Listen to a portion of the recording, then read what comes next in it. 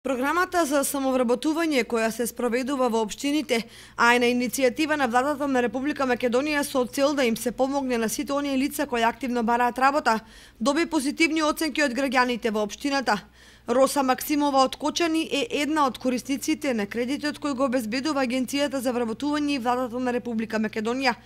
Таа во разговорот ни раскажа како дошла до идејата да се пријави и да аплицира за добивање кредит од 3000 евра. Идејата е постанаме без работа. 22 години у Житорис работев, нели, у главниот магазин на технички материјали. Останаме без работа.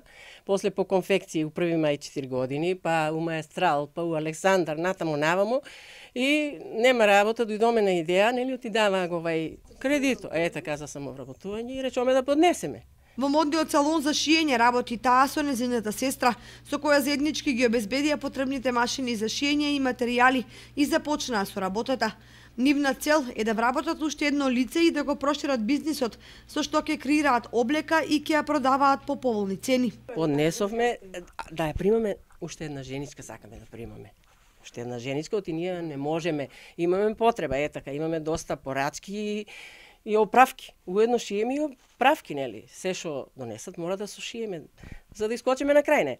Плановите за ако ги земеме тие пари, да земеме убав материјал и кога ќе немаме работа да шиеме сукнички панталонки и да продаваме, да пласираме.